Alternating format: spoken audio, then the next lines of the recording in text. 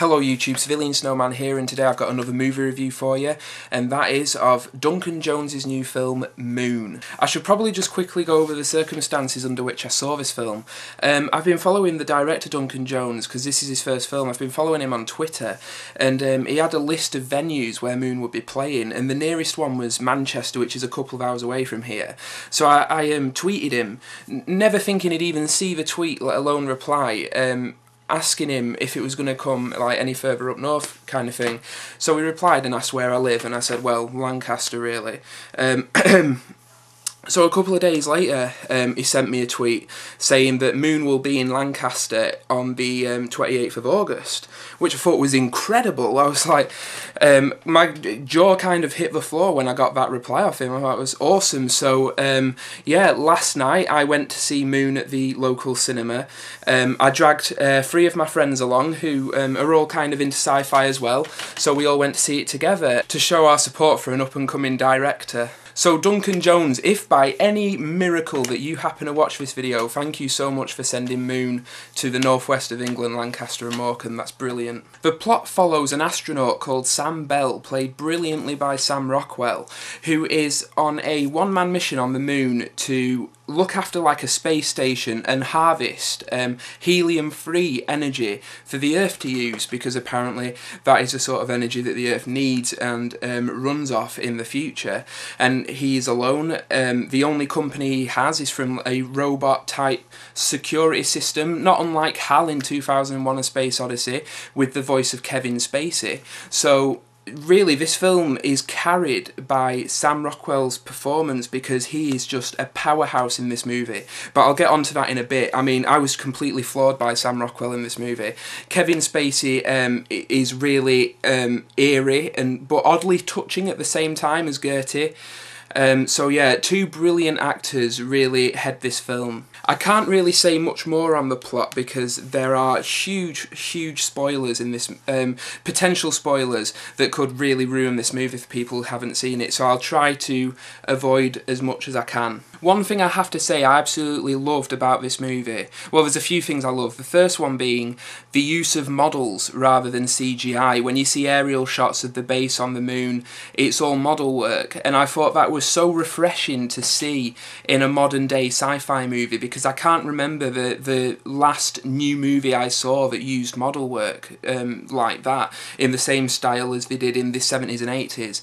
And I personally am a complete advocate for practical work in films. I'm not a fan of CGI at all. I think if you can do it for real, do it for real, and models is kind of an extension of that.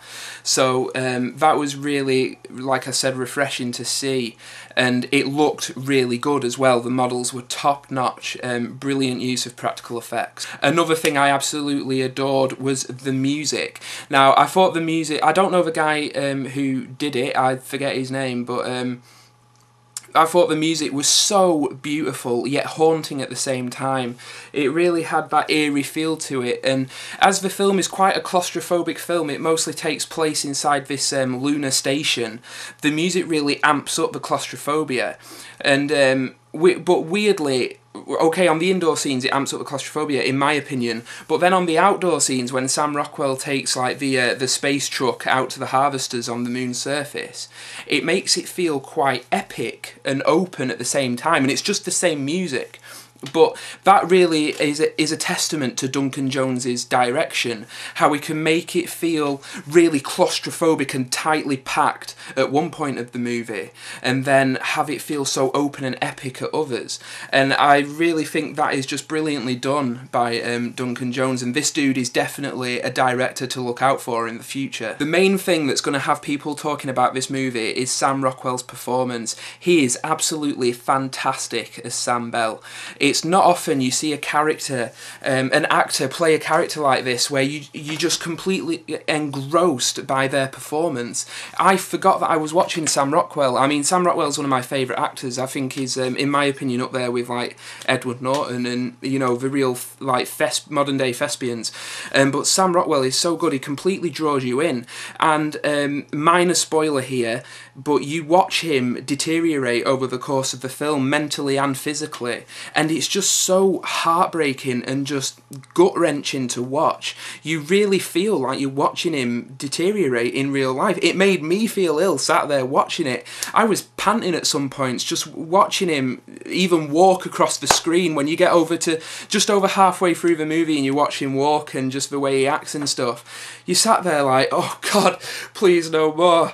You know, it's really hard to watch, but that just says loads for his performance, how you completely buy into the character and you feel for him. This is a character you grow to love, you care about him, you don't want to see bad shit happen to him. So when the bad shit starts to happen and he starts to kind of deteriorate and stuff, you feel it all the more. So like I said, Sam Rockwell is just so fantastic in this film that he certainly deserves an Oscar nomination, in my opinion, if not to win it. I mean, he's just so good. I can't believe it. Like, just keep that in mind. If anybody's going to see Moon, and I highly recommend you do, just look out for Sam Rockwell's performance, because he's just absolutely fantastic.